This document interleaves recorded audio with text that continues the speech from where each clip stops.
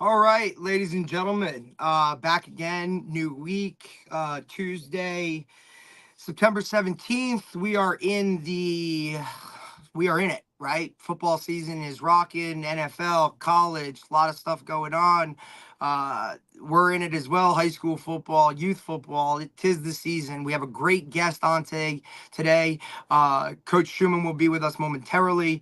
Jamy Bechler, guy wears a ton of hats. Author, podcast host, speaker, leadership consultant, former coach, athletic director, and I'll allow him to kind of give you his bio when he gets on here, and we'll bring him back as soon as coach gets on. But excited to have him on, get a different perspective in terms of what we normally talk about, youth sports in general, and all that kind of stuff. And there's coach. Coach, I'm just finishing up Jamie's bio a little bit. Like I said, he wears a lot of hats, extremely successful in what he does, but we're excited to have him. Yeah, and I mean he was he was he was a three-time Letterman at college, basketball, football, track. He was a college coach for a long time in Yep. basketball. He's had a lot of success. He's, like you said, athletic director, associate athletic director.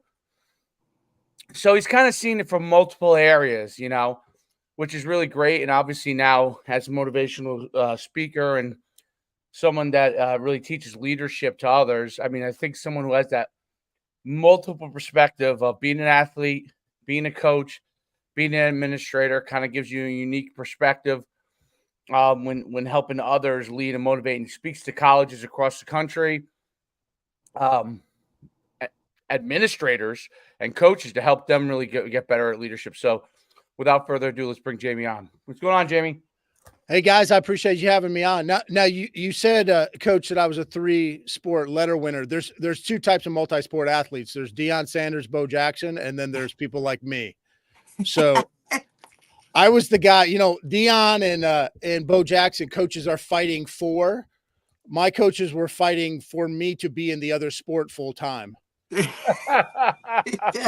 like, don't you want to go focus on that one or this one? You said I'm a multi-sport athlete. You really need to play fall ball if you want to get into this. So you might want to go do that. I went to college to play basketball, and I thought I was a hot shot recruit. Like I thought, because the coach did a great job of recruiting me, I thought I was the next whatever at their school. And I get there, and the first week on campus, there's this sign I see in the dorms that say the football team needs help. We've had a lot of injuries, all this kind of stuff. And I'm like, great, I'll play football too. And so I went and talked to my basketball coach. Coach, the football team needs me, coach. Football team needs me. Do you think I could play football this year as a freshman? And he's like, that meeting lasted less than 3 minutes. He said, Jamie, I think that'd be a great idea. Why don't you go play football? And when you're done, we'll come back and see how you do in basketball. And I was a snot-nosed 18-year-old. I didn't realize at the time and have the self-awareness that if I was any good of a recruit, there's no way he would have let me. There was no way he was letting you go do that.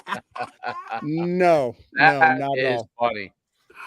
That is funny. That's real. That's great stuff. It's well, Hiram College. What is that? Is that an NAIA school? It's Division III. Oh, Division III. Okay. Yep. Okay. Our football team. We just went and watched them play the other night, and my wife and I talked, and they haven't had a winning season in 40 years. Okay. No way. So I only played 2 years of football, and we won one game. We squeaked it out, but we won one game when I was there. We were 1-19. I was the third receiver on the team. Which sounds good nowadays, but back then, that was really not a good thing back in those days. I think we had 7 fullbacks on our roster when I played. So we were not a 3-wide outfit there. And so the guy that started in front of me was my roommate. Actually, he was a transfer from Toledo, a Division I transfer. And so there were a lot of Saturdays I just wish I could have tied him up. Hey, Coach, I don't know where Ryan's maybe we should have another drink, buddy. Like, let's have another drink tonight. Yeah, Coach, I don't know where he's at. He said he was pretty mad. He didn't want to play anymore. I don't know. Coach. I don't know. That is funny. That's so funny. it's interesting listening to and it's funny. It's a place that I never really knew of. But I obviously, mean, I think that's a lot of those Division threes, Well, right? Like there are well, so you've many probably of them out there. you've Ohio, probably heard of Mount Union. right. Well, Mount Union was in our conference. Oh, that's fun. Oh, And really? Okay. yeah. And so the first year that they won a national title was 1993. Right. And I was a sophomore on our team then, and they hadn't won a national title. We go to Mount Union to play. I'm on the kickoff team, and I'm on contain, which means I'm not very good. So I'm the contain guy, and we have the opening kickoff of the game. I run down there. Of course, I'm all jacked and don't contain, and they bounce it out to the outside and go score a touchdown. And that gives them the confidence to beat us 50-0, which then gives them the confidence to keep winning a national title. So you're welcome, there you Mount go. Union, for that You're dynasty. welcome, Mount Union. You should. I hope they sent you a ring. They should have. I saw their quarterback last year. Last year, I saw their quarterback from that team. We were both speaking at the Hall of Fame, NFL, or the Pro Football Hall of Fame luncheon club. We were both speaking there. Which gives you a little perspective on that. A Division III quarterback is speaking at a Hall of Fame luncheon alongside of you. Yeah, well, yeah, they couldn't find anyone, so I had to do it at the last minute. But we're both at this thing speaking, and so I asked him for his ring, and of course he did not want to give that up. Absolutely not. No. Well, it's great having you on. Talk about kind of how, first of all, how you got into athletic administration and that first part of your career, and then talk about coaching as well. And then we'll kind of lead into obviously all the stuff that you're doing now, but talk about those kind of initial careers for yourself. Yeah, I coached for about 20 years, both men and women. I started off as a graduate assistant men's basketball at Kent State University. Okay. And in my first, this story is like a lot of people back in the day, so to speak. But my first 5 years as an assistant coach, I made $36,000 total. Yeah. In a couple of those years, I was married, and I was still, but that was all I was doing. I was full time. Not that HR knew I was full time, but I was full time mentality wise, and that's a very similar story for a lot of us, right? Yeah, like that's kind of what it is. You don't hear about that as much anymore. I sound like old man on the get off my lawn, but back in the day, people were paying their dues a little bit more. But I coached for a while, had some success, had some failures. Was good and bad at different times, learned a lot. I eventually had an opportunity to go be an athletic director, a high school athletic director at Marion, Indiana, the Marion Giants, which is, toward the top for everybody's metrics when it comes to basketball in the state of Indiana. No one's won more boys basketball titles. Their gymnasium seats over 7,000 people. So it's a crazy Marion Giants tradition. So as a basketball junkie, that was awesome for me to be able to go be the AD there. So we did a lot of great things there in a couple of years, from budgets to student athlete leadership to hiring good coaches to winning a state title. So there was another state title. So that was pretty cool there. And then I decided to get out of organized athletics, and I started my own business, Bechler Leadership. And so we do leadership consulting. We speak.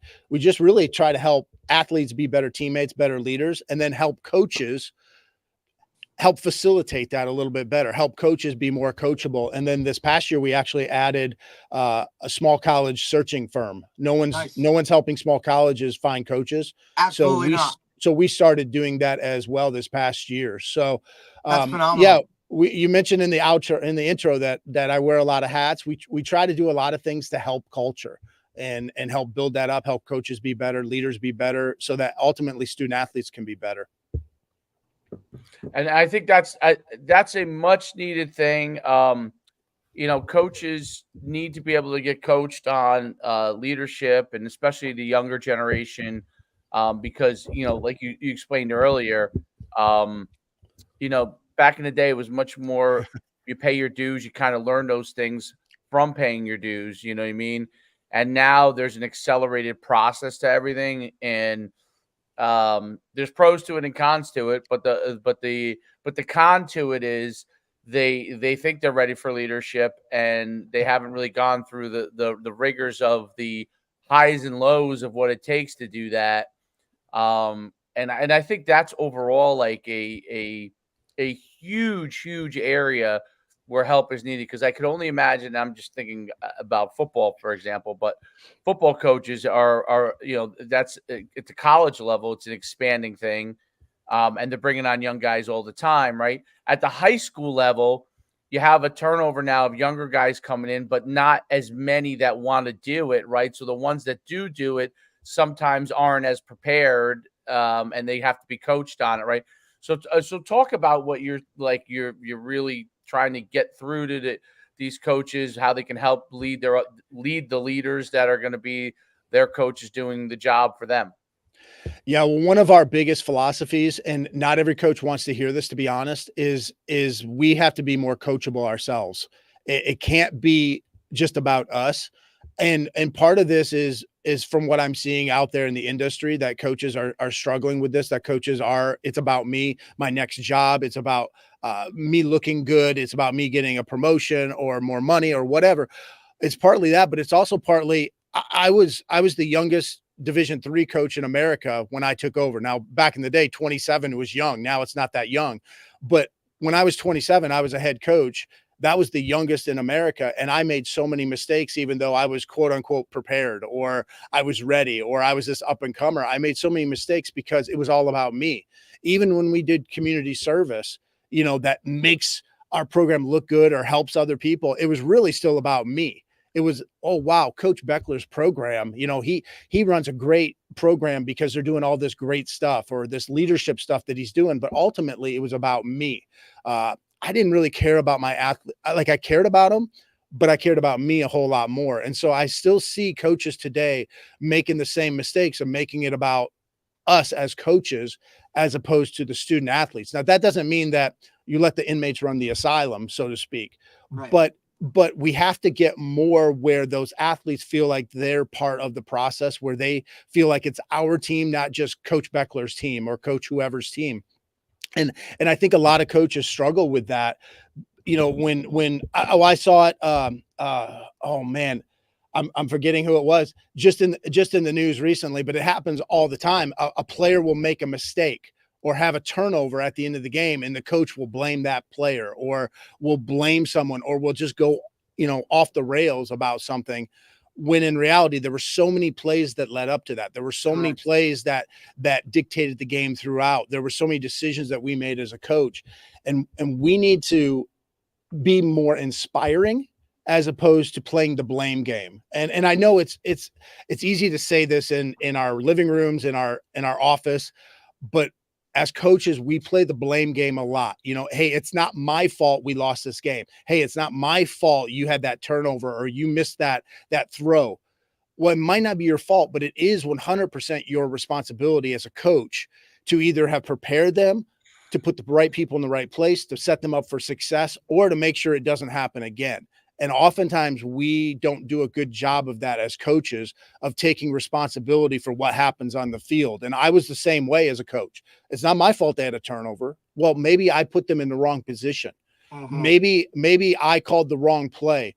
Maybe I didn't prepare them well enough for a situation that they were going to get in. And I think as coaches, sometimes we don't critically analyze ourselves and how we could do better because we're trying to save face. And certainly I'm painting with a broad brush and generalizing, but I think if more coaches, not that you're apologizing 24/7, because the better you get as a coach, the less you're going to have to apologize.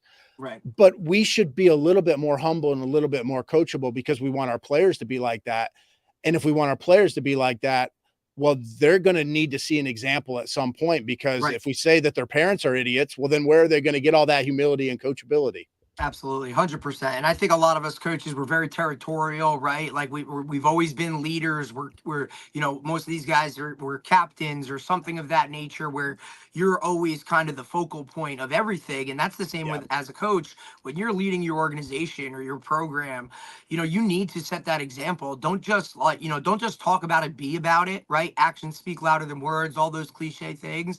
And I think a lot when in this younger generation, it's very tough, right? Because like you said, they're Yeah. they're not willing to kind of go through the process. And guys like us coming up, like, you don't just start off calling plays because you're good at Madden, like you got to kind of go through it and learn those things and take those hard lessons in order to earn basically what you ultimately want to get to. And a lot of those guys that, they don't really do that. They're more, say certain things, but not act on it. And I think that the more guys and the sooner people realize that, the better you can ultimately become as a coach.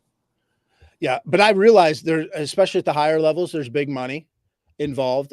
But even at the high school level where you're making, essentially vacation money, you're getting a couple $1,000 stipend or it's gas money, Right. still at that level, there's ego involved, even if it's not 100%. about, it's ego involved and I'm smarter than this 15-year-old. Right. Well, I hope that you are smarter than them, but you should be.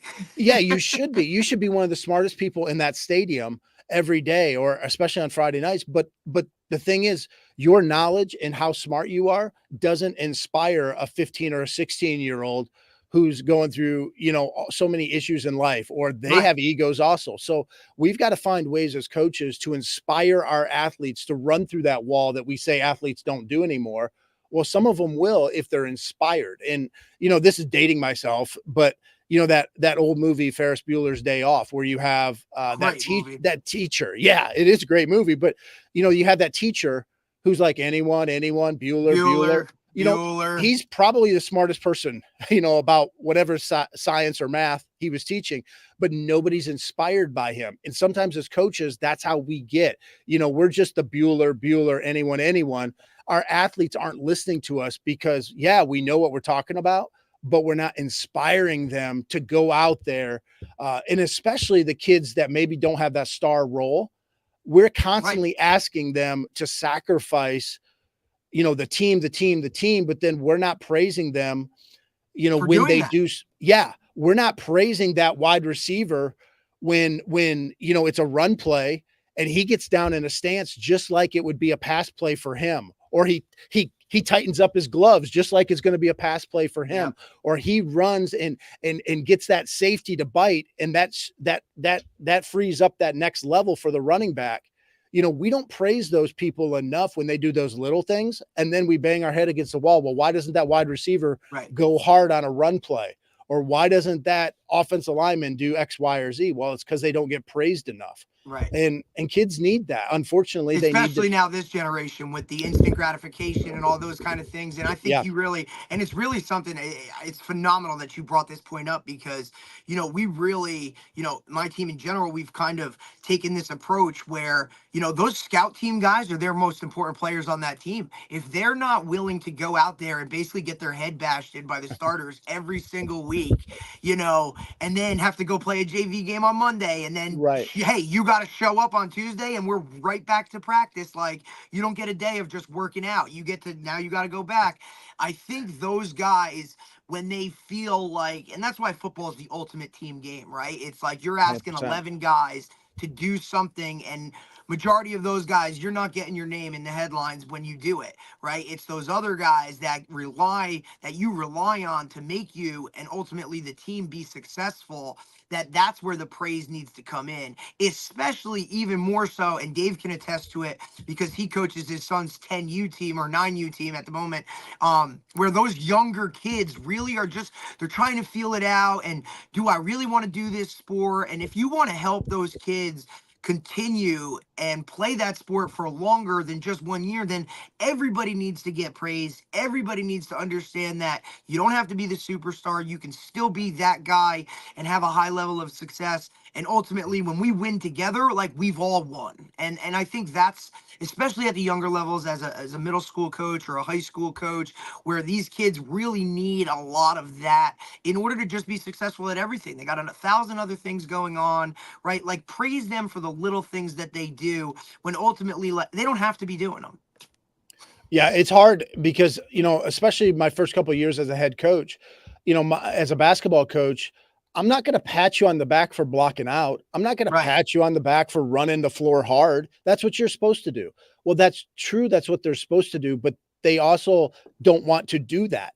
Like, they don't want to do that kind of stuff. And so we've got to find ways to encourage them to do it, to inspire them to do it, but to point out, hey, this is now obviously you can't pat them on the back for every little thing that they do right. I mean, you can't do that, but boy, you can't go too long without praising somebody. Find some reason, catch them being good. Find a reason to praise That's your them. job as a coach. Or, hey, your assistant coaches, hey, I want you to watch so-and-so today. He's been doing a pretty good job. Let me know when he does something good. Or, hey, good cop, bad cop, right? Like I thought Dave and I had, when we coached together, we had an excellent, kind of unspoken, hey, you're the good cop with this guy, I'll be the bad cop with this guy, or I'll be the bad cop, right? Where they were always getting some type of praise, whether it was the starting quarterback, or whether it was the dude that had to help with the water, or the chain gang on, or help him hold the chains on Monday.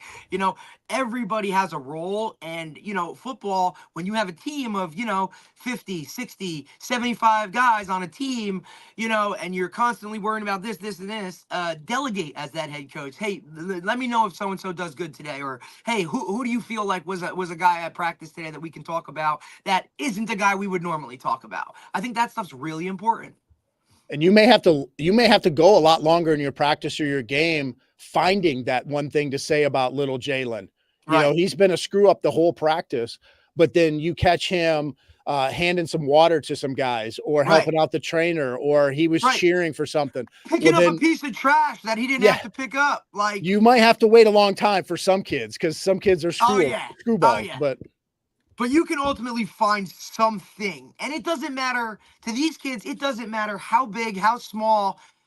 Ultimately, for majority of them, a little something goes a very, very, very long way, because unfortunately in society, like, they're not getting that at all times, right? Like, they're not just getting that, especially where they're kind of searching for it or trying to feel it out. I think that's extremely, that should be what's on the top of a lot of guys' lists, and it's really not.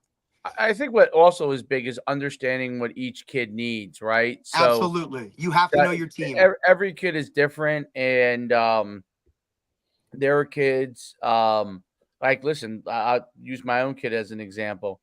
There are times when he really needs praise, and there are times when he needs a kick in the butt. Like, all of a sudden he gets a little full of himself, right? So now it's not about taking somebody down a notch. It's about making them understand that in order to be successful, the same things are required: consistency, doing the right thing, hard work, paying attention to detail, putting in effort at all times. Those things never change. Having determination when you're on the field or in practice. Enjoying if you have something good happens, enjoying that moment. If you do something wrong or you make a mistake, being accountable for the mistake and then figuring out what can be done to correct that mistake. Right. So that's important. That's the thing that, like, and listen, everybody does it as a coach. Something bad happens, you get upset. You find yourself getting caught up. You may yell, or you may just show a face that shows you're upset. Right. Body language, right? Like, some these people kids just read show body a face. language now a ton. Yep. And then, but the key is, you have to once you gather yourself, you've got to go and put your arm around that kid. You got to be able, or adult, whatever it is. Right. And you got to communicate to them and say, hey, listen, I'm not mad at you. Okay. That's the biggest thing that people, and coaches don't understand sometimes, is that you have to make sure that they understand that you're not mad at the person, because kids, even including college kids, because you coach in college, you know this to be true. Okay. And I know I didn't coach in the NFL, but I was an agent in the NFL, and I saw it even with those guys. Okay. Sometimes people have a hard time separating someone liking me from the action, right? So they associate that you dislike them, not that you dislike the action. And that's kind of, kids obviously are easiest to understand that happens too, right? That's why you have to, even if you get upset about something, you have to try to almost immediately try and then put your arm around them, and then also explain what they could do better next time, because they immediately think you hate me, right? That's the first thing. You take it very personal. And high school kids are the same way now. I remember playing, like, I've had many coaches. Obviously, I'm older. I'm 50 years old. I've had many coaches scream at me in probably in the harshest manners and go on Using about it, some right? verbiage that would not be okay today. That's for Yeah, sure. no, that wouldn't be okay today. But it was. I was raised in a different era. I never really thought that the guy hated me.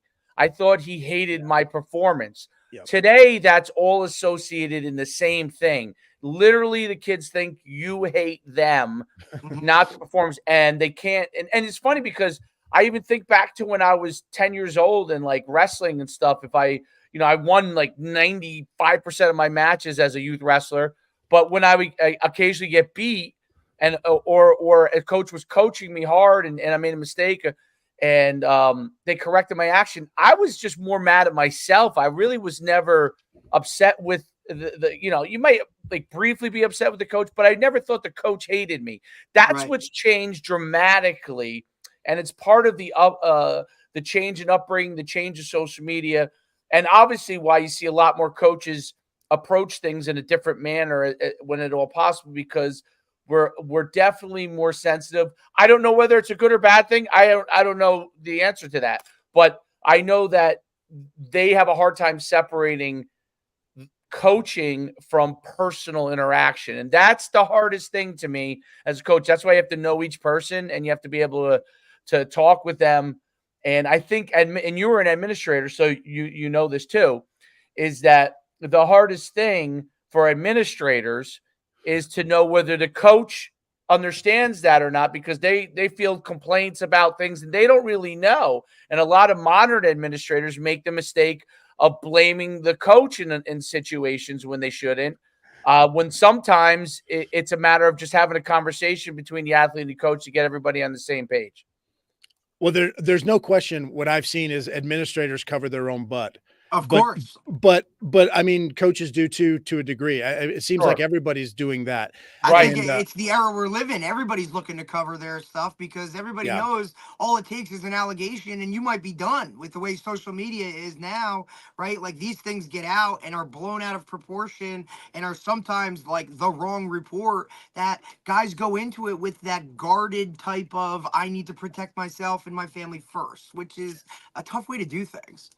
Yeah, but there were a number of occasions when I would have a parent come in, we would have a meeting, coach would be in there, I would hear both sides, and I would essentially defend the coach, or let's find a win-win solution. Let's figure this out.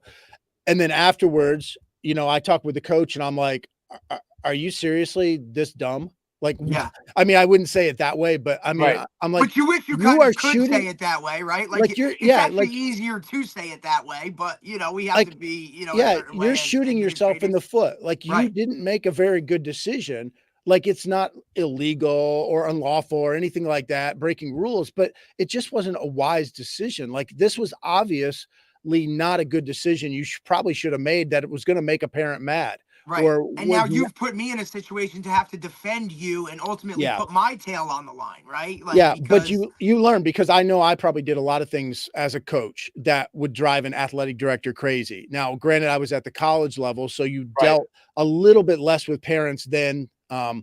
Now Not nowadays, like no, there's very that line is blurred now between Oh, college and high school with parents. There's very little difference nowadays, but still, as coaches, we do shoot ourselves in the foot a lot with, whether it's just the way we talk to our athletes or the way Yep. we treat them, or we just don't give any thought to our punishment. Let's say, we're going to punish one kid one way and then, right. or we have this appearance, I should say, of being unfair, or we just, hey, it's my way or the highway. Hey, I'm going to do it this way.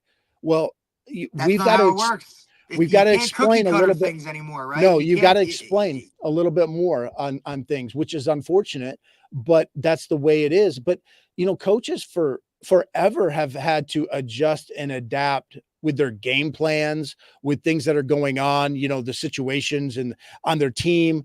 This is just another a way that we have to adapt and adjust. Now, we may not like it, but it's just, you mentioned, coach, about whether it's good or bad, we got to worry about their feelings a little bit more, or that kind of stuff. It's just a way that we have to adapt. It's the way it is. And we have to figure that out. But I actually think it can be a good thing, because not that it's a good thing that the kids are getting softer, so to speak, in air quotes, but I think it's good that it's making coaches care a little bit more about the individual than Right. maybe they would have. Now we can go overboard too, where it's just a kumbaya session. Yeah. Well, one thing I think that is, here's the one thing that I challenge it a little bit on here. Okay. Is that I think coaches, the majority of coaches really do care. Okay.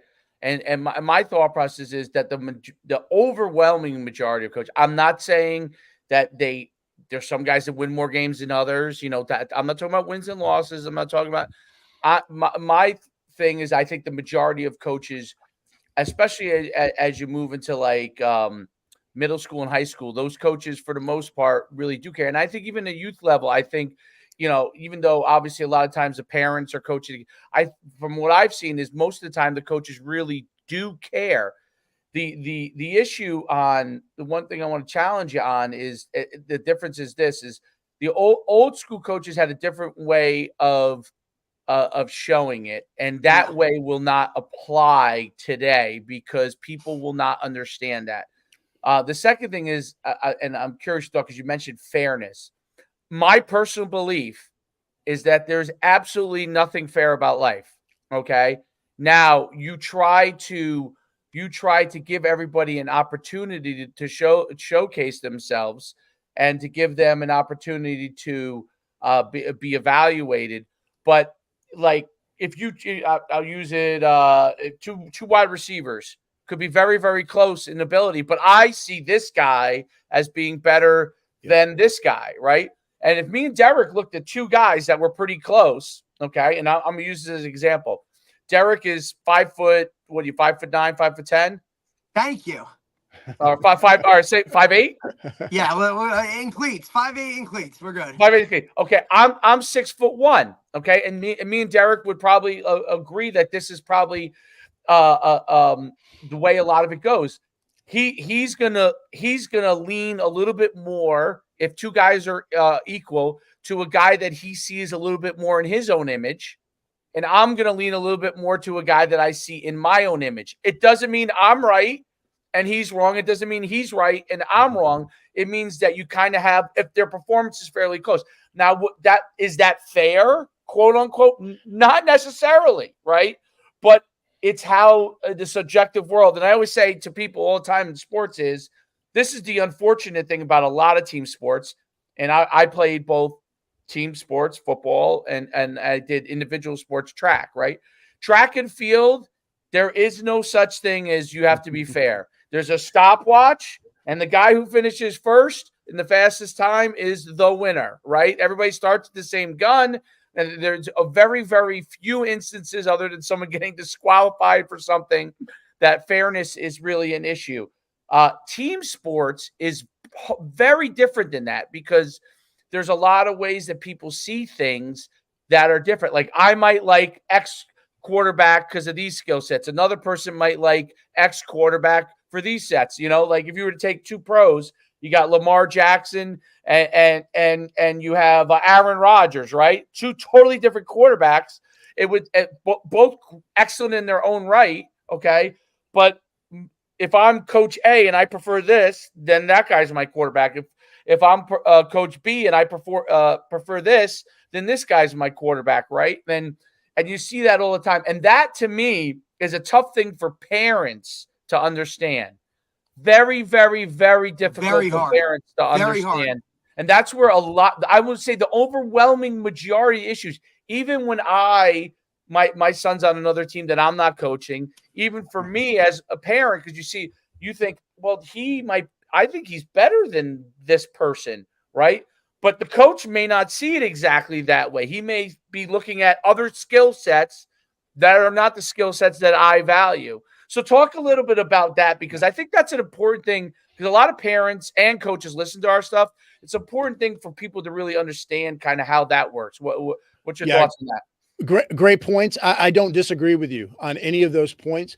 I do think coaches care a great deal about their athletes. I think sometimes we don't show our athletes that we care. Because we have to be, because then it goes back to that whole MO of you're the tough guy. I Yeah. have to put on this Nick Saban type of, or Bill Belichick type of Yes. model. And listen, I literally just heard Julian Edelman talk about this with that persona, right? But meanwhile, behind closed doors, you could go to Bill for anything. You could go to Nick, Yeah. and those guys are the most, giant teddy bear that you could possibly think of when it came to those people. But because we feel the need to put on this tough guy persona, it leads to a lot of different things.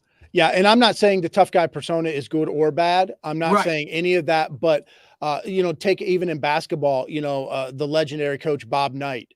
Oh, come on. You're going to have a hard time finding any of his players you're going to only find a handful of players that didn't like him.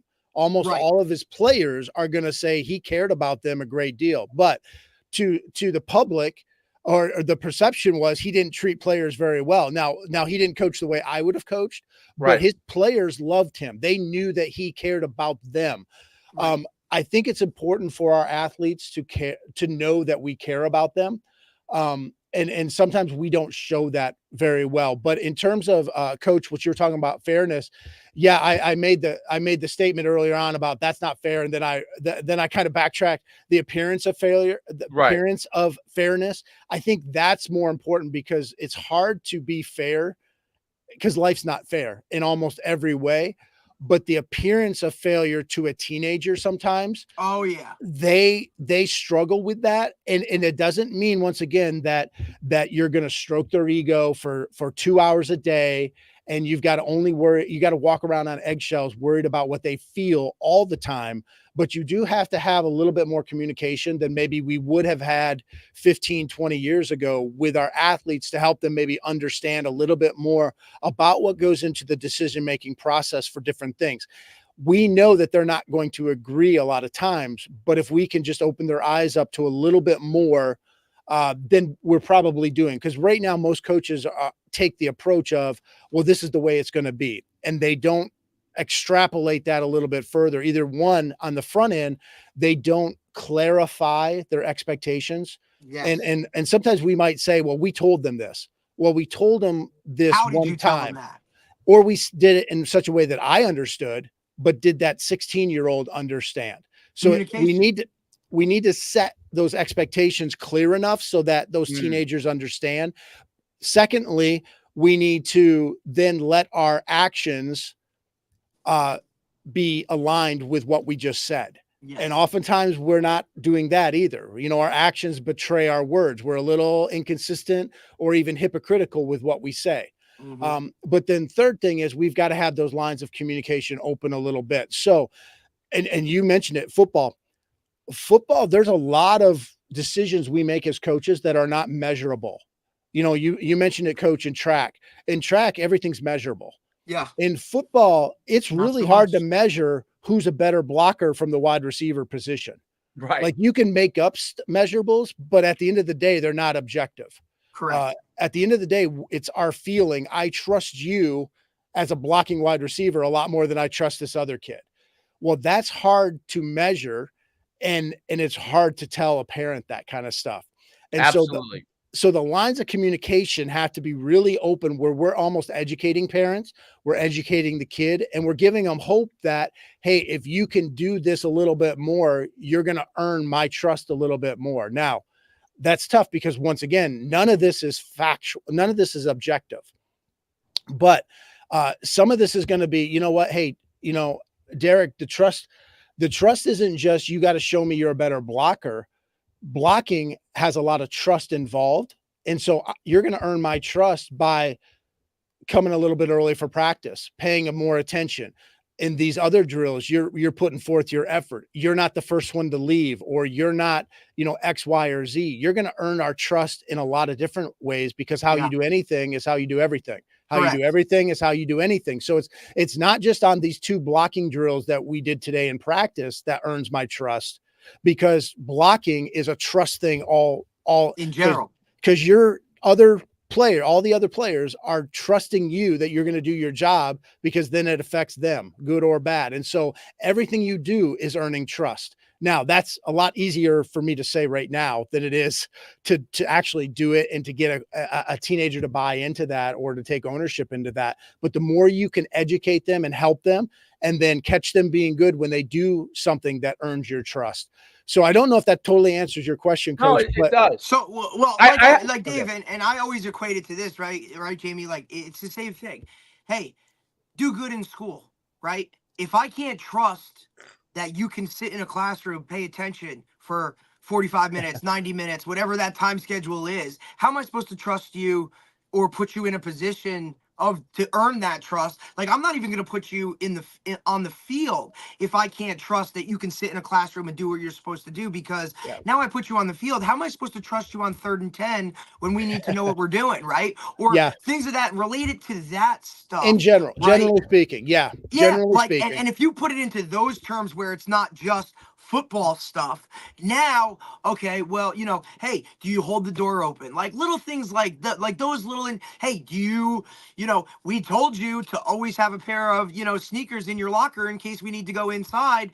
Do you have them with you? Like those little things all lead up to your opportunity to earn that trust, right? Like it starts way before we even step on the field or strap up our chin straps. Hey, I've told you how many times that the knee pads have to cover your knees. Like, why are we consistently out here having referees tell us we can't do this or do that? Like those little things. Oh, but coach, I got away with it. That's not the point, right? That's not the point. Set yourself up to earn that trust. I think so. I think one of the things that I think you bring a really good point about is the parameters that need to be kind of outlined to them. And there's two things that I think are really interesting, because this is a really interesting topic. And that's why it was great to have you on, because this is something that I think a lot of these topics need to be explored more in depth. I think we do a poor job overall in sports in exploring these things, because they really do matter, right? It really is a discussion of like, what works here, what works there, but parameters, you're right. So when Derek's talking about, doing well in class, right? Okay, well, if you're a 2.5 student, I need you to try to get to a 3. We think 3.0. If you're a 3.0 student, your goal should be get to a 3.5, right? That tells me that you're putting in extra work. Because if you're naturally really smart, like let's, you have kids like this. You coach a kid in high school, he's smart enough to get a 3.0 without doing a whole lot, right? Well, it doesn't mean he's trustworthy though, because if he's getting away with something there, he may be getting away with something on the field or cutting a corner there. But if he's smart, if he's a 3.0 kid and he works and gets to a 3.5, that's probably the right parameter. It's the same parameter for a guy who's a 2.5, maybe naturally, and works to get to a 3.0. Those guys are basically equivalent because they may have different levels of intellectual learning, but they're both working harder to be successful. And I think you're right about those kind of parameters. Now, what does become difficult, and obviously the higher level you go, I would bet my bottom dollar many more of these things are put in place. If you go to Division I level in football, they have 10 people putting these things in place. The head coach sets it up, and everybody else executes it, right? When you go towards the lower levels in high school and youth, which is really what sets the stage for what you're going to have when you get those guys at the higher levels. I think that's the hard thing. And until I started coaching youth, like I was in high school and I'd work with pro guys and elite players, I kind of understood that process. As I worked my way down, that process becomes much more difficult. And the parents, so you have a large pool of athletes at the bottom. And as you're moving up, those are obviously the better athletes, the ones that get it. They may get it without you ever having to tell them to get it, or they may have parents that are super involved with making sure they get it. And you start to work this part. The issue is high school is kind of like in the middle part, and youth is obviously the lowest part. And those are the widest two areas. And those areas, I think, have been very, very difficult for a lot of coaches. And that's where a lot of good coaches and caring coaches have jumped out. The top area, everyone wants that top area, Of course, because you're getting paid. You're getting paid, right? So you're getting what the people best. don't realize is that's the least number of spots available, right? Like there's only so many programs in the country, and even if you are, you have to be on that upper echelon of coaches in order to make that money. And is it sustainable? So I think that the big thing is, how do we begin to teach the high school and youth coaches who are going to ultimately send better kids for success at the higher level, which will help make their jobs easier, because those guys are already probably pretty darn good just because they got hired to begin with. They may have some things here or there, but they're pretty darn good, right? It's the middle and the bottom level that have the hardest time. What can we do to help those guys set these parameters? They're not getting, high school, they're not getting paid a whole lot. Youth coaches, middle school coaches probably aren't getting paid anything. How do those guys figure out how to do that with the window of time that they have? Yeah, that's a very difficult question. And, two philosophical things, and then I'll get into a couple nuts and bolts. Number one is, I know it's cliche, but why are you coaching? Remember, and it might be when I coached, I wanted to coach because my high school coach poured into me. Well, when he died early at 47 years old of cancer. I cut out his obituary, put it on my wall right over. So when I sat at my desk, I saw his obituary every day. That reminded me every day of the why I coach. So remembering the why you coach, because most of us don't get into coaching to be rich, especially at the youth level. But why are you coaching? Number two is reminding yourself every day, I need to be a coachable coach. I need to be a coachable coach. How can I improve, grow, and develop every day? Because when I'm doing that, then that's going to lend itself more likely that our student athletes or our little kids, our 10-year-olds are going to grow, develop, and improve.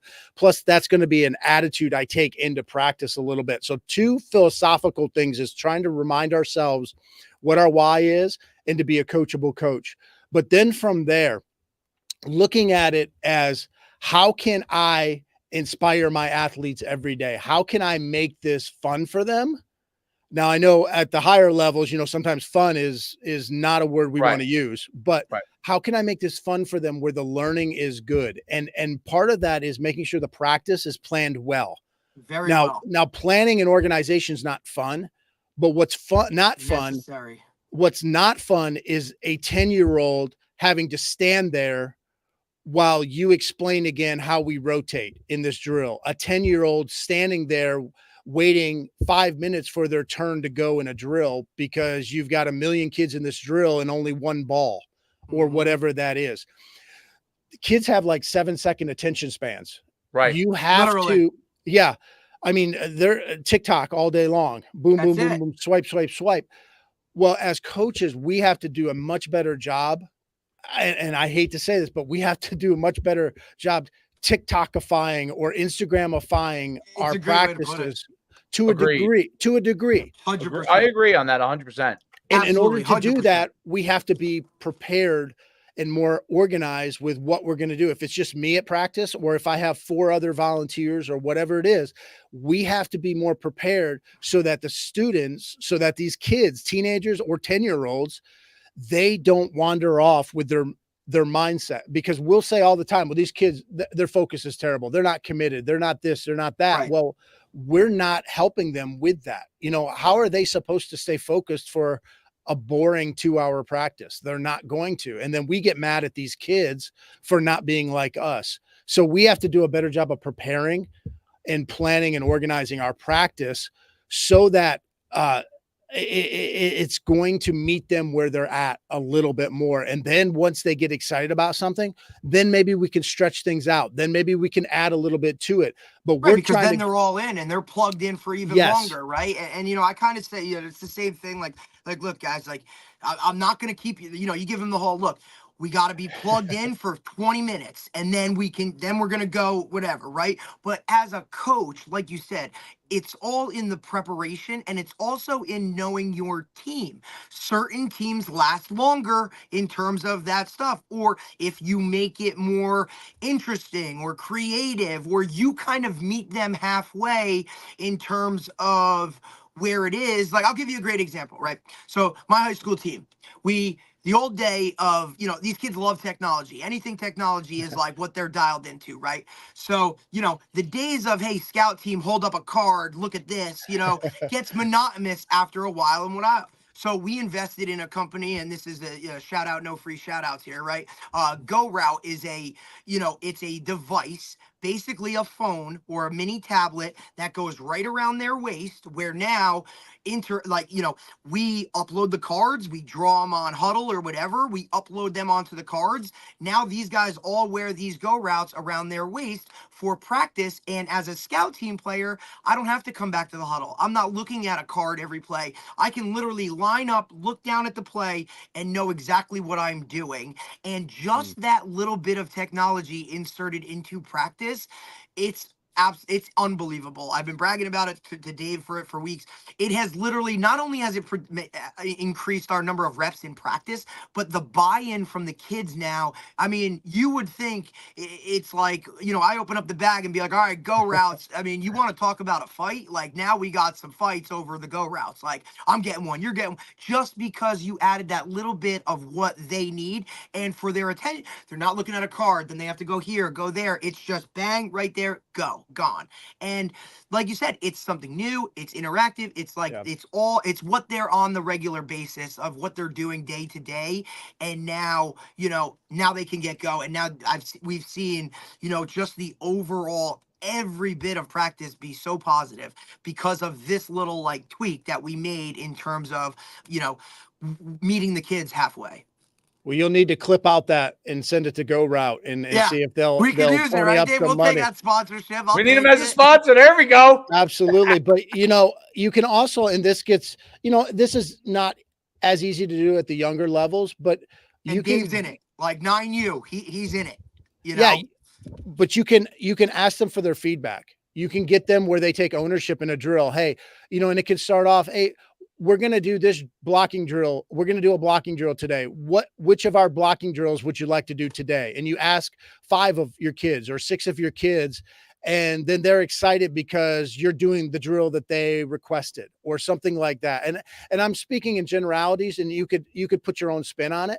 But if you can get their feedback on something and then you're doing what they said to do or asked 100%. To do, they could even make up something. Now that's at the higher level where they're making something up, or you ask them for the names of a play or they name the drill. Right. They name like we allow our guys to make the signals.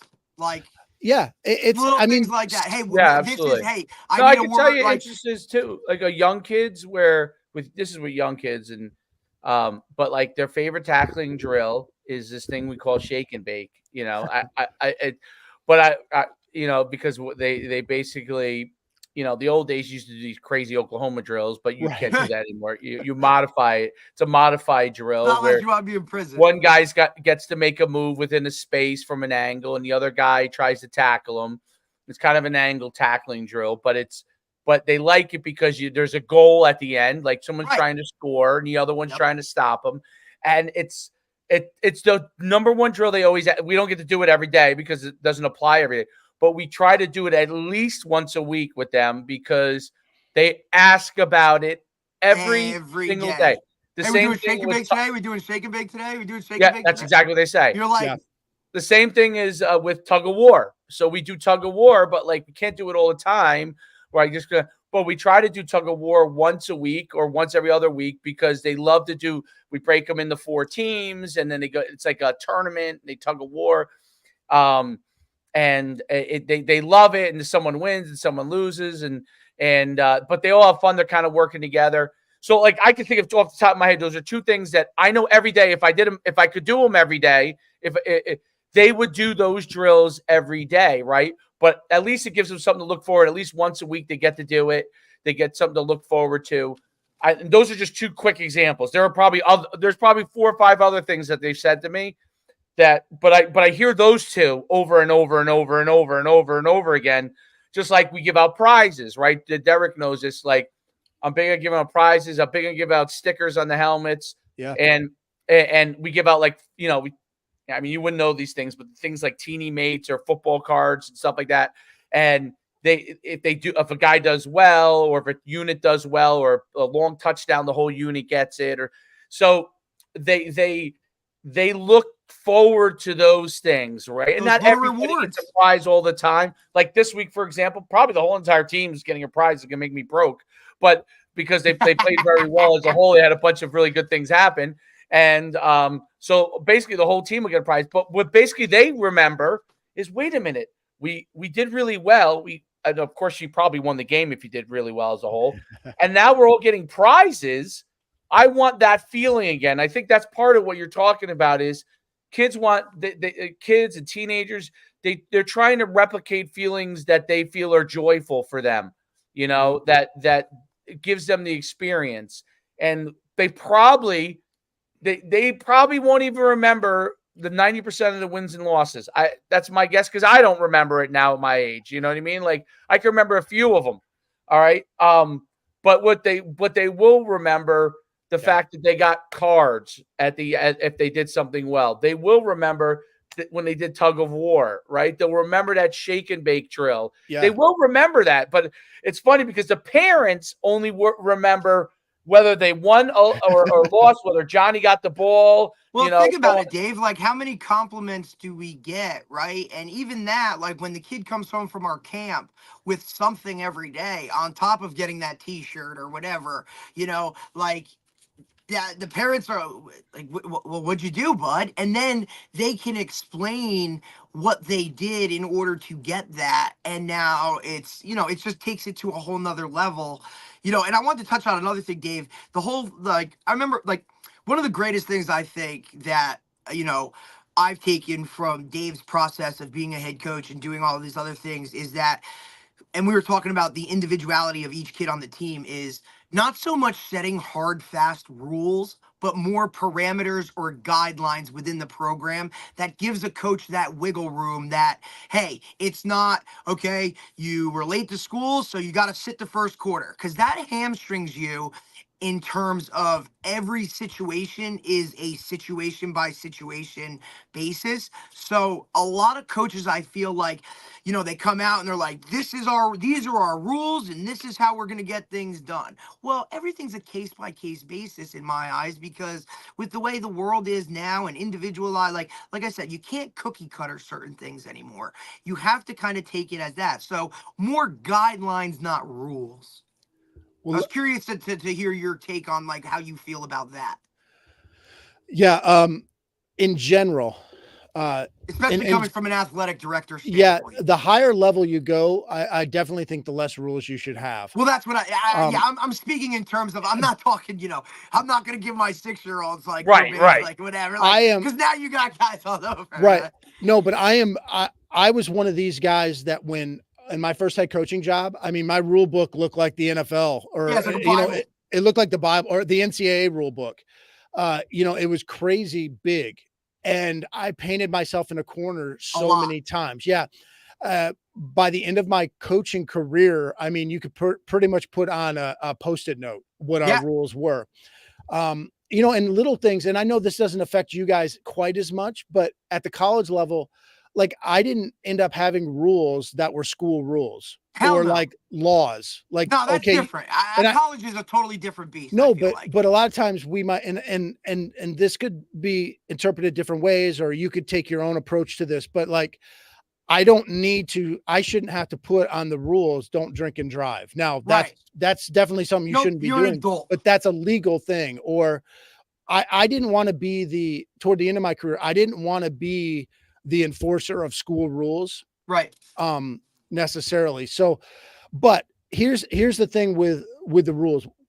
The rules, I think we should always be focused on teaching and helping them get better and setting them up for success whenever possible, not enabling them necessarily. But here's what I mean.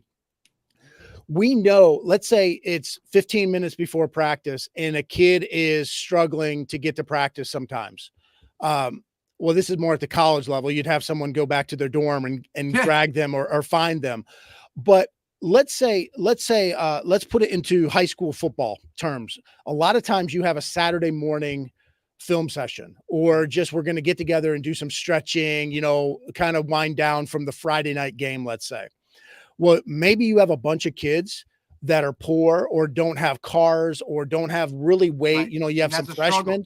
Yeah. Some of that ahead of time. Yes, you do. At least you definitely should. If you are setting yourself up. We do things as coaches that set our kids up for failure sometimes. And now Will might say, well, and certainly I'm painting with a broad brush because not every coach does this, but we may say, well, they got to step up. They got to figure out a way to get there. Or teammates, you guys got to figure out how to get each other there. That's great and all on the surface, but it may just be, I have to go to Jalen and be like, hey, Jalen, I know your neighbors with Jawan. Yeah. Can you pick up? Jawan and Chris are your neighbors and they're bad. They may, their parents, work. They're not going to be able to get, could you bring them, or you go to Jalen's mom or Jalen's dad. You start facilitating ways.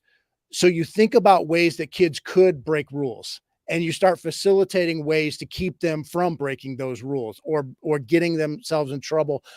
You set them up for success a little bit more. Now, I know there's a fine line between doing that kind of stuff and enabling them. It might be a text message where, all right, you don't have to remind Jalen of something because Jalen always does what's right, but you do have to remind Jimmy and Ray about something, so you text them a reminder where you didn't text everybody else. Okay, well, that's unfair. Well, no, that's just helping them out, giving them a little bit more help. And I see this all the time. And I know this is going off the rule thing, but we see this all the time at the end of a practice. Maybe you run them. Maybe you do some conditioning at the end of practice. They're dead tired, or maybe they're mad because, it's 90 degrees out and you were yelling at them. Then you made them run. They got their hands on their knees. They're breathing, trying to get their last grasp of air. And you give them 3 or 4 reminders, hey, these are the announcements, or, hey, remember to do this, remember to do that. Right. They're not going to remember that because they're dead tired. They're not listening. And then you hold them accountable. Well, we like accountability, but did you do anything from that practice to the next day when a paper was due or something was due to remind them of something?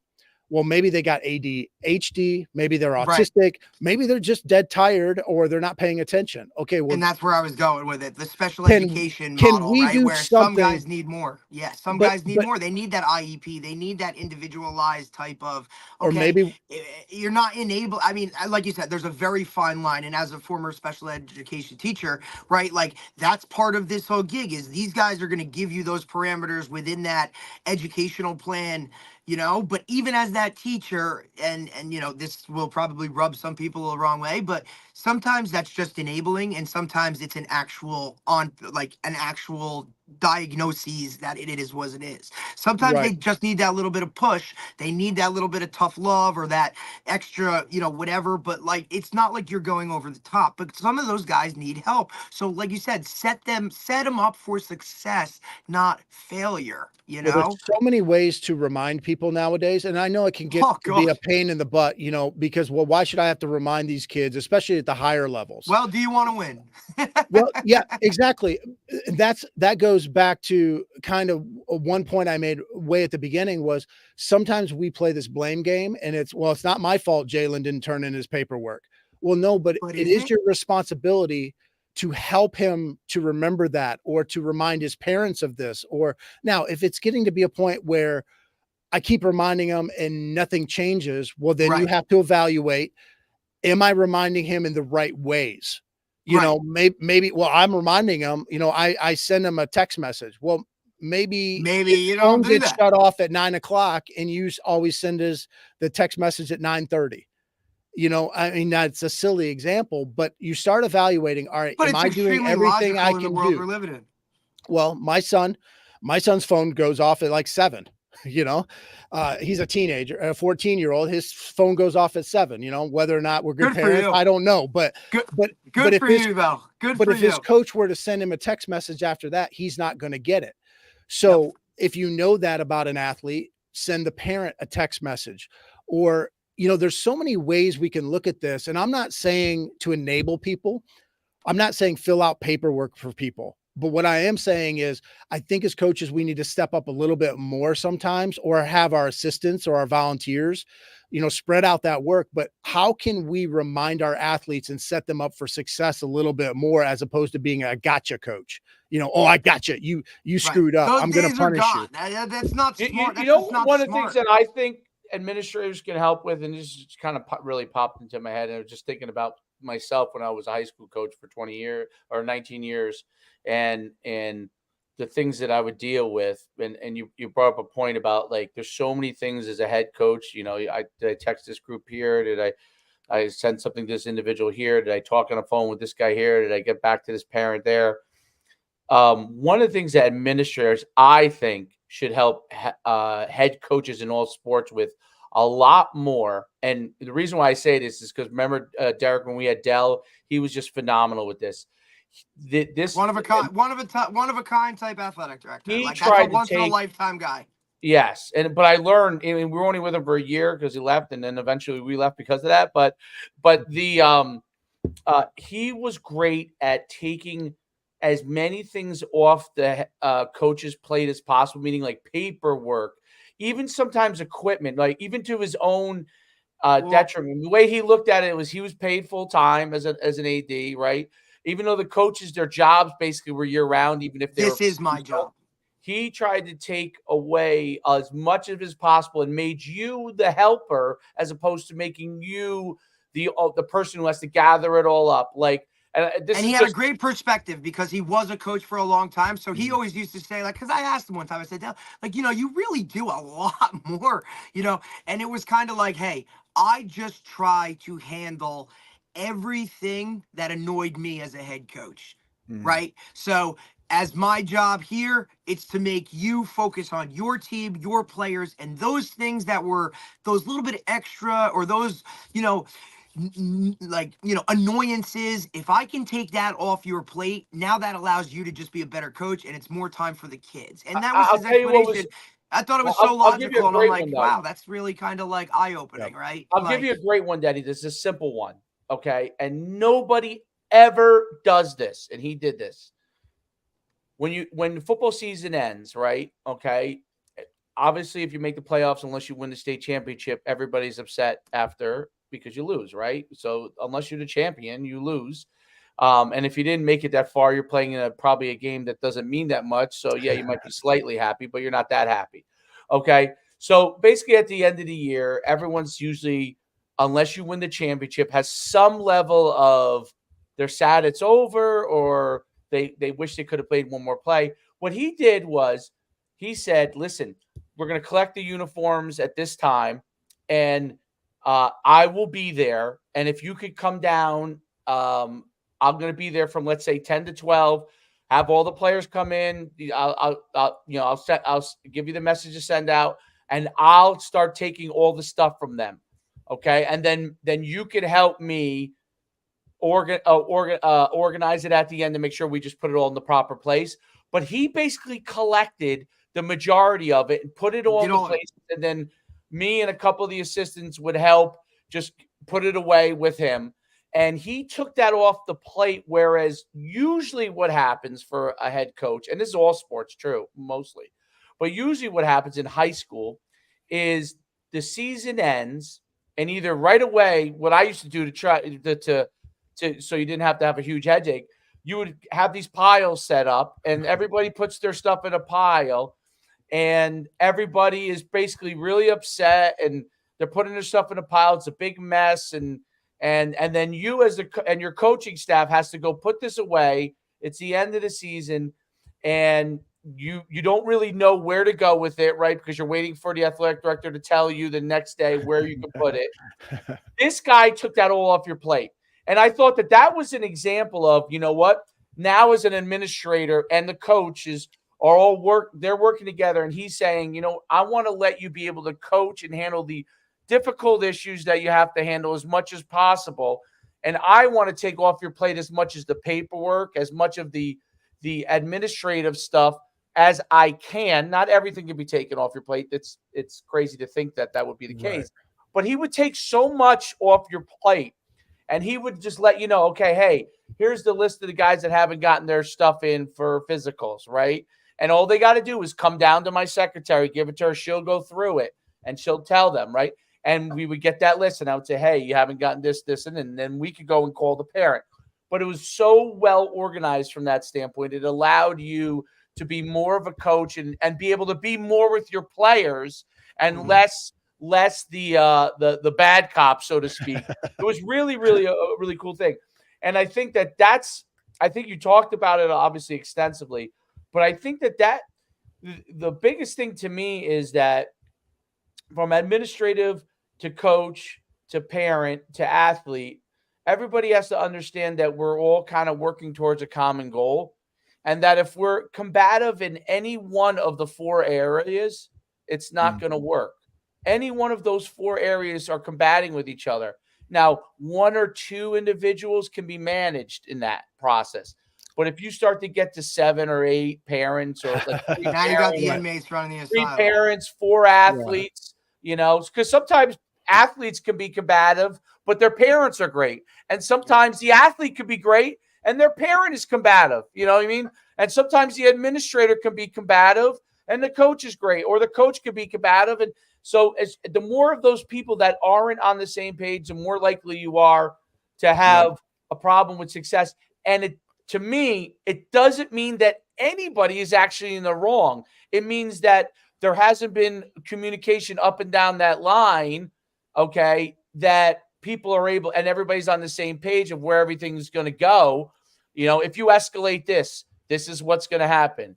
If you do this, if you I don't know, if you punish a kid in a certain way, right, that's really not along the lines excessive, let's say, excessive level of punishment, whatever that is.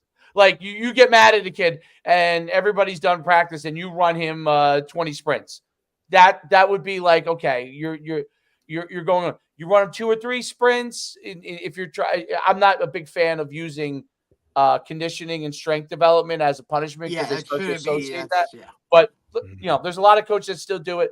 You run them 2 or 3 sprints and you say, hey, listen, you know what? You're going to use this opportunity to get faster. So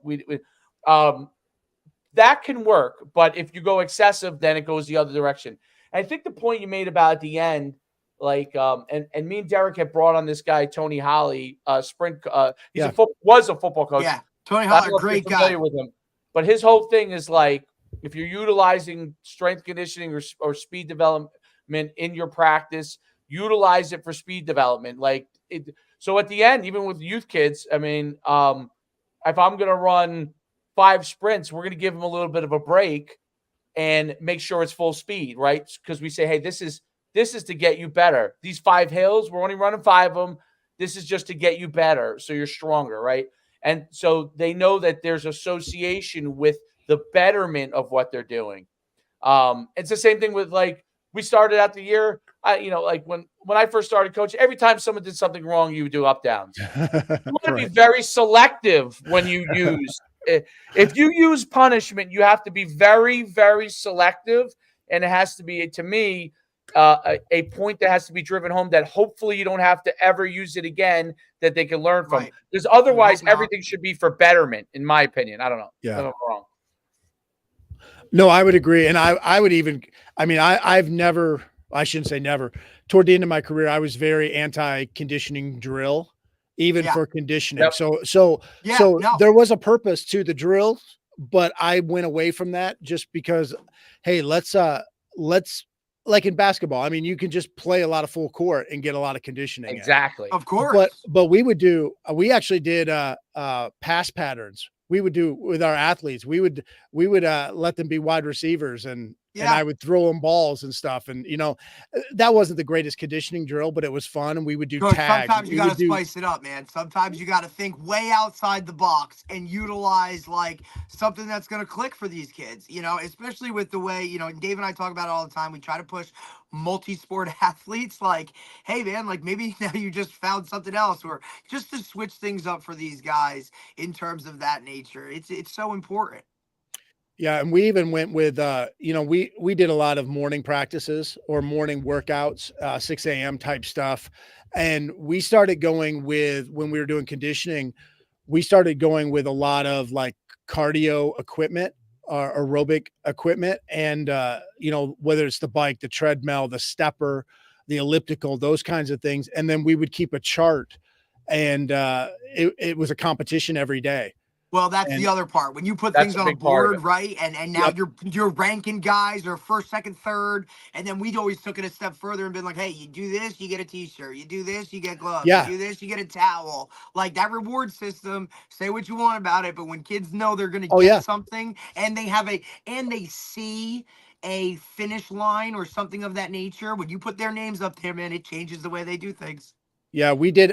We also did where if they beat the coach, if they beat me on a certain day, then they got out of conditioning, or they didn't have to wake up the next morning, something like that. And but we went to that primarily because I wanted to take the pounding off of their legs. Yeah, like I knew they weren't ready in the morning. I didn't want to fight that too much, and I still thought that we could get some decent conditioning out of them. It wasn't going to be as perfect as running. I know that, but I figured, hey, it's going to take less pounding, and they might enjoy it a little bit more. They can listen to their earbuds, and they're still competing for times. They're still That makes sense.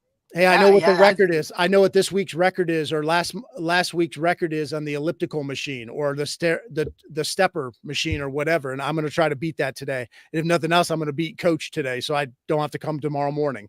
Right. No, there's no doubt about it. And those solutions are so. I mean, I guess. Well, I would think that if you keep pitching colleges and high schools and across America, you probably have endless business as long as they got the capital to be able to bring you in. You know what I mean? But it to me is a thing that it's this forum of discussion to get to solutions that are.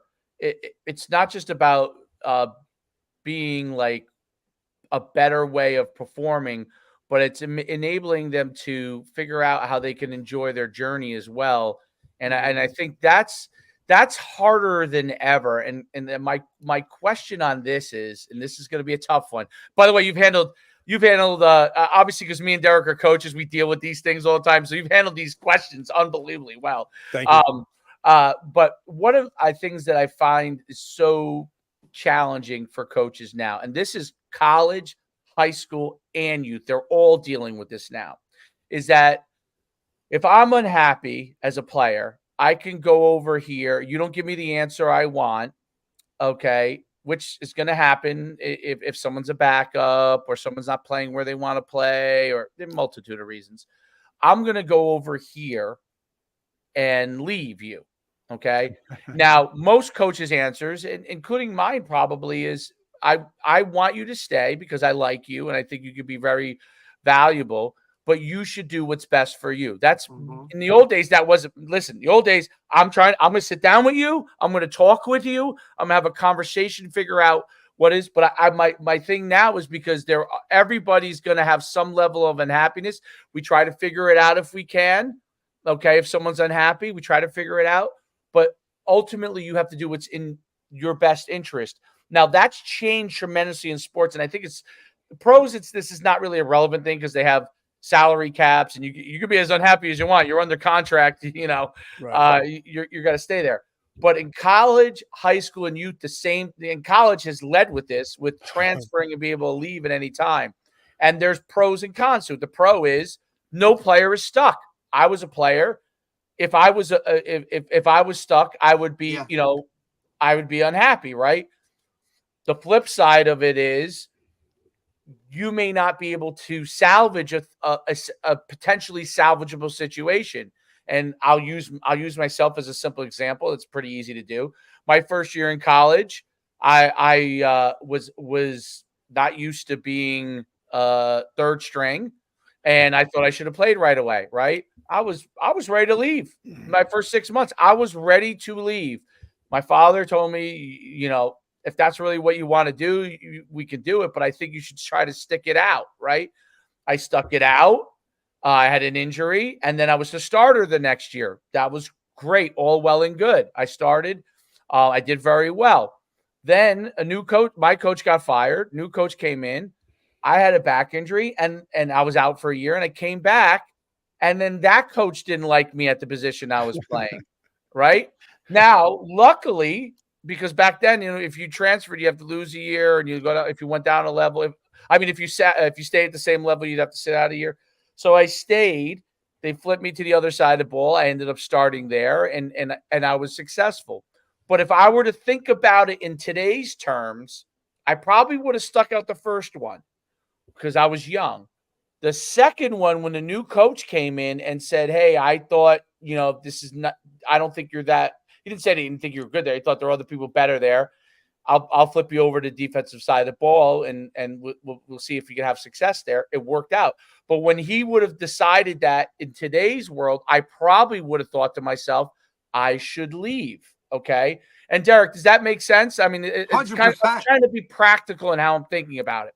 I think that absolutely. I mean, look, you could literally look at my situation as well, right? Like, I started out at one school, had, some family issues where my cousin was, ultimately passing away from cancer. I wanted to move home, and, you kind of make those moves based off of certain things. But like exactly what you're saying, with the way these guys have the ability now to almost transfer without penalty or leave without penalty, right? Like, they have a very different perspective of how they go about things, knowing that they have that escape, I guess, if you can, that they can go do it, And my long-winded question on it is simply this: how do you is my approach a reasonable approach with trying to handle people that are I might leave or I'm not happy. Try to solve the problem. If not, you tell them if we can't solve it, I want you to be successful. I don't want to be holding you back. Right. Because I see a lot of the coaches kind of at the college level, they definitely have that approach. Right. At the high school level, now you're starting to see that approach as well, because in New Jersey and in Florida and Texas, you could transfer. I don't know if in Texas you can, but in Florida you can, and most of the South, you could leave a school and go to another school with basically very little penalty, which is okay with me. It's just, what would you advise coaches to handle those situations? Because you don't want to have like an influx of your whole team coming in there, right? But you also want to manage the process the right way, so everybody thinks, okay, I made this decision that was in my best interest. Yeah, I feel like if I had the answer to this, I would be making millions and millions and millions of dollars. Great answer, Coach. We just wanted to see what you got. How do I, at the college level, how do I go against the NCAA and their stupid decision-making process of just opening it up and making it the Wild Wild West? It's insanity. Yeah. And I believe you should be able to transfer. I just don't believe it should be zero consequences whatsoever and zero, Agreed. Not penalty. Penalty is the wrong word. Consequence is a negative word, but it can be positive and negative. But I do think the NCAA went from, they just knee-jerk reacted. They went from, really, really strict jumped the gun real fast. Yeah, they went from one extreme to the other, and there's a lot of spectrum in between. Sure as hell didn't think it through. Well, yeah, but there's a lot to unpack here. I'll try to simplify a couple of my thoughts here. Number one, I don't think you should try to force somebody to stay. I know you weren't saying that, but you don't. Once their mind is made up, rarely are you going to be able to convince somebody otherwise. Yep. For the most part. But where I think we can use, let's say Jalen decides to transfer from your school. He tells you he's transferring. You may not be able to keep Jalen there, but are there some parallels to Jalen's situation with Jawan and Chris's situation over here on your team still? So maybe Jalen's going to leave, but Jawan and Chris, they might leave after a few months if something doesn't change. And so maybe you're able to change the way that you treat them, the way you communicate with them, the way you interact with their parents, the way that you utilize them on the football field even. Maybe Jalen could have been played on defense instead of offense. Maybe, he was, I know I'm simplifying, or I'm using maybe a specific example, but maybe he was a running quarterback.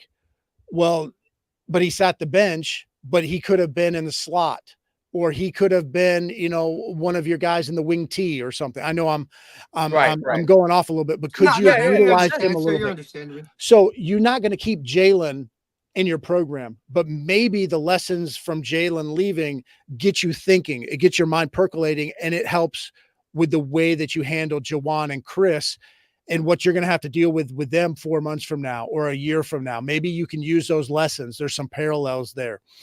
The other thing is, with your athlete leaving, let's say, all it might do too, you don't want to force them to stay or try to convince them to stay, but it may not be something where it's a foregone conclusion that they are going to leave. So not that you give into their demands less necessarily, not that they hold you hostage, but it might be just some simple things of, you know what, I was never able to, I kept getting suspended for these 8 a.m. Saturday practices. Let's use a specific example that may or may not ever happen, but I couldn't ever make it. You guys knew I couldn't have made it.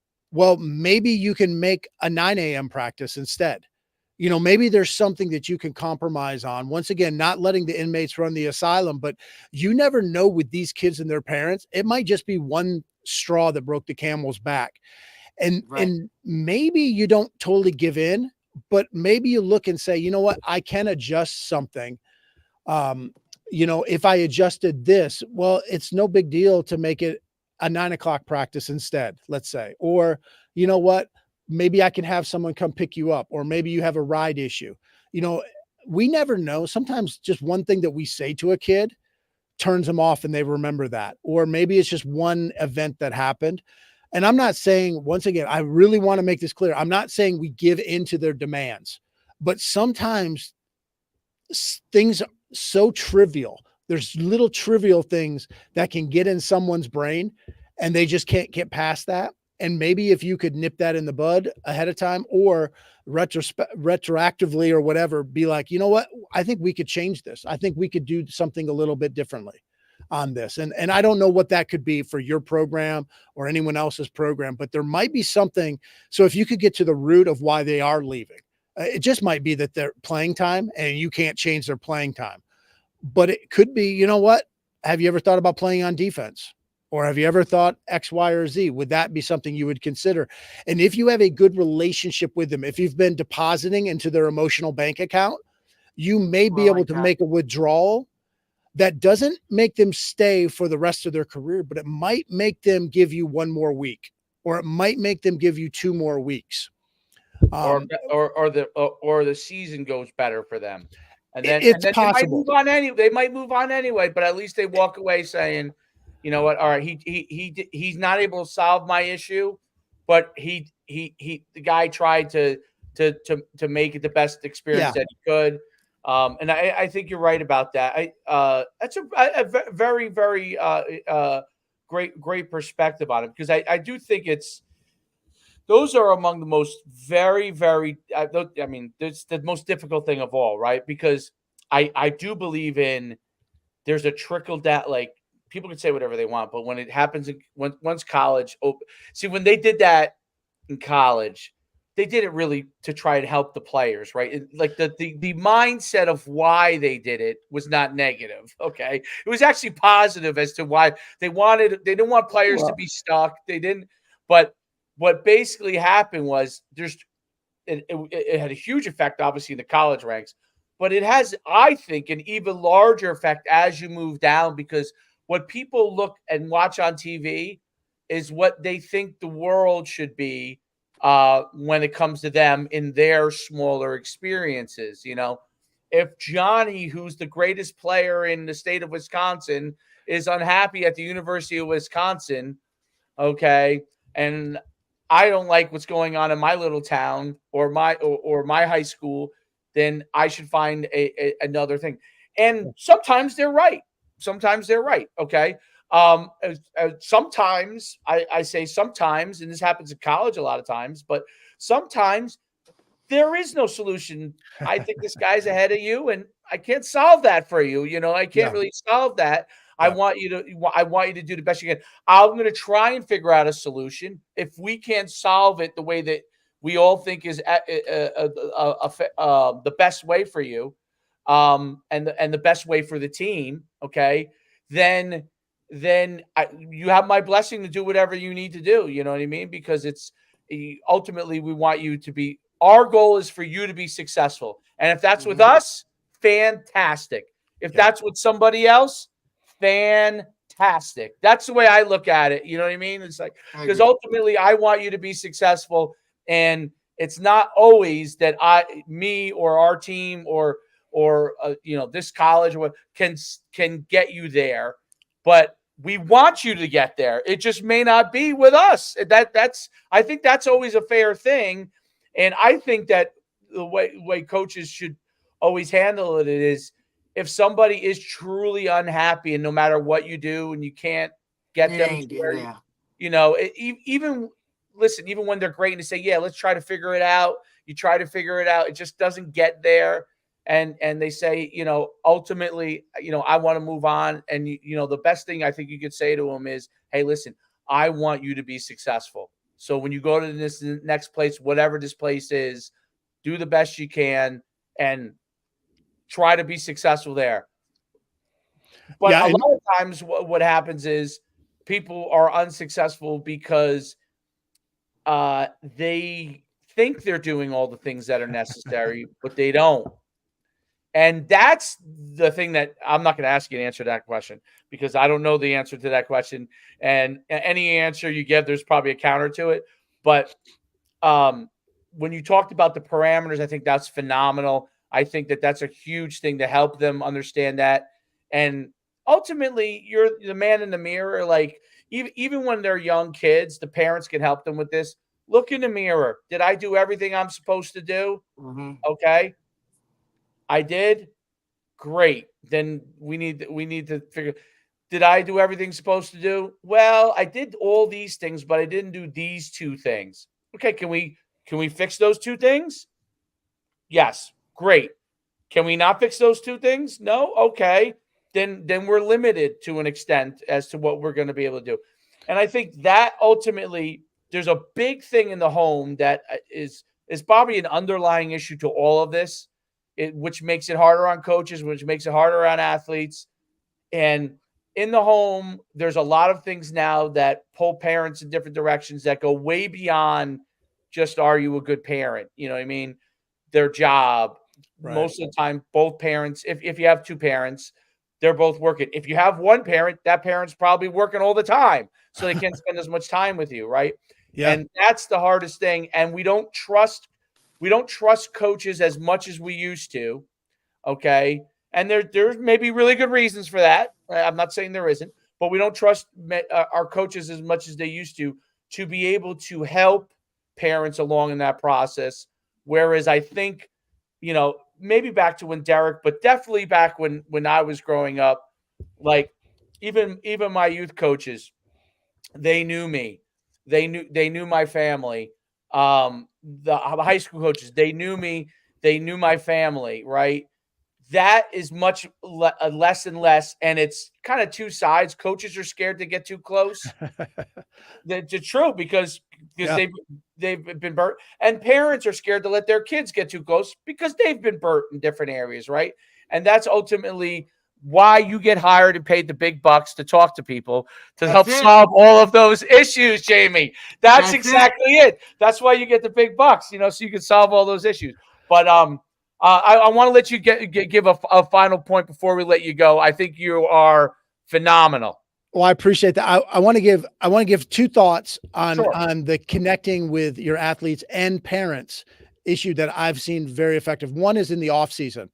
I think if you have a kid that, let's say, plays basketball, plays baseball, wrestles, Show up to their games, their matches, and not just to the ones that you like, not just the kids you like. This is a great time to melt the ice a little bit with the parents and the kids that maybe you don't have a great relationship with. Now, don't sit with them. If they're a basketball player and you don't have a great relationship, don't sit with them for the whole game. That's awkward. But what you can do is just, you know what? You see them, you 30 seconds, say, hey, I really enjoyed watching Jalen play today. Okay, great. The next game, maybe it's a minute, and you say, hey, Jalen took that charge in the third quarter. That was really cool. That was awesome. Okay, that's all. You keep it very simple, but you do these little connection points with these parents and or the kids during the off season, and that'll start building up.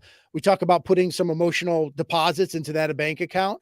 It's not going to make them love you, but it's going to start that relationship going more positive. During your season, utilize the first 5 to 10 minutes before practice. Pick out 3, 4, 5, 6 kids a day that you're going to go up to and have just a minute to 2 little conversation, not about the practice above, but you already figured it out. Okay, I know that Jalen loves Kansas City Chiefs. All right, I'm going to ask him about Patrick Mahomes. Or I know he loves, listening to Drake, and Drake's coming in concert soon. Hey, you going to that Drake concert or whatever. I would do that actually as a basketball coach toward the end of my career. We would do that, hey, Jalen's shooting free throws at the side basket. I'm going to go up and just start rebounding for him, talk to him for 1 minute or so. And then at the end of that 1 minute, I'm not going to say, all right, well, it's Jimmy's turn. I'm going to go talk to Jimmy over here now. No, you just hand the ball back to him. Hey, great. I'm looking forward to practice today. It's going to be great. Keep it up. Great form today. I love that. But you're talking to him in just little things, and you already know what you're going to talk to him about. And you can almost make a list, a list of these players. Now it's easier in basketball than it is in football because you have more players, but you could start with assistant coaches doing this as well. So you could cover more ground and not their position. That's a good point too. It's one of the reasons I love doing special teams. I get to interact with every kid every single day, position, whatever. And that's like pre-practice, during stretch, go, hey, how was school? Or just some random type of thing. But you may have to be intentional. Know their name. I don't care if you have to have a cheat sheet. Go out there with a number. I don't know how people don't know kids' names. Put their tape. 100%. It's literally, I try to, and this is tough, but if you can interact with every kid, whether it's just a, hey, what's up, a fist pound every day, try and get a kid and say, hey, or every kid every day if you can. If not, break it down to certain days. Make sure they know who you are, what you're all about. Don't just be that guy that's only there, from this time to this time and only coaches your position. Those things matter to these guys. Sorry, I didn't mean to cut you off. No, that's a great point. But be intentional. Yes. If you go up to little Chris and you say, hey, I know that you whatever, pick your esport, that or video game that he plays. I know that you love Overwatch. I just saw the other day that Pat Mahomes, I don't know if this is true at all, but Patrick Mahomes loves playing Overwatch before games or, after games to unwind or whatever. He's going to remember that conversation, even though 100%. It took 1 minute. And that starts that ball rolling of connecting with these players. And it doesn't mean that they won't transfer. It doesn't mean that we'll run through the wall for you every time, but it starts that process. And it might give you 1 extra week with them where they don't think you're a mean monster or something. Absolutely. Right. That would be positive, that they don't think you're a mean monster. That's a good thing. Can't be that. I'm sure I've been accused of being a mean monster at times. So I think we all have. Yeah. Yep. No doubt about it. Well, listen, Jamie, if you're doing it right, then at some point that's going to happen. Right? Jamie, the website is jamybechler.com, right? Yep. Yes. Okay. Jamie, guys, go to jamybechler.com. Check him out. Reach out to him. It's been great having you on. It's I think your insight is unbelievably valuable, and the things that you have, because you've been at multiple levels and multiple roles.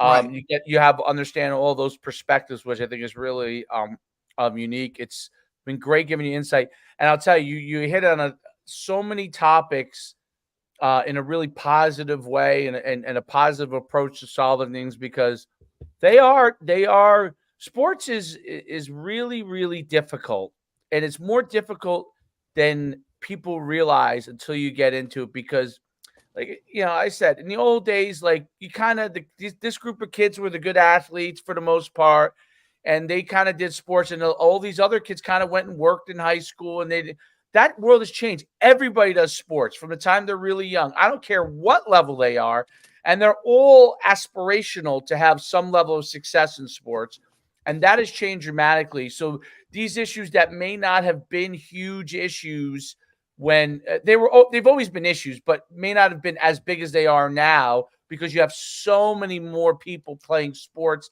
in general, and multiple levels of sports, and travel versus rec versus high school versus college. All these different types of things are all melting in, and people are all trying to navigate this process. Coaches, athletes, parents, administrators, everybody. And it's difficult. I don't think when sports started to come around that anyone ever thought it would become the basically biggest thing in society as a whole. I mean, you look at it, what is the number one live show in every season is usually a sport, some football game, some basketball game, some, sporting event is the number one live show. And if you were to go back 60, 70 years ago, it would have been like, when the president was speaking or something like that. That's radically changed. That's a change in society, and obviously it makes what you do. You wouldn't have a job if this wasn't such an important thing, but it makes what you do really, really important, because you're that go-between to help people solve those issues. Can't thank you enough for coming on. Appreciate it, Coach. Thanks for taking the time, man. Thanks, guys. Have a great day. Enjoy, man. Appreciate you. That was phenomenal. Awesome. A lot of good perspectives there from a guy that wears a lot of hats, that sees a lot of things, that's done a lot of things at numerous levels. You know what I mean? Like college, high school, all that kind of stuff. So I thought that was just incredible insight. Really can help out our viewers and help us out. I learned a ton. Absolutely.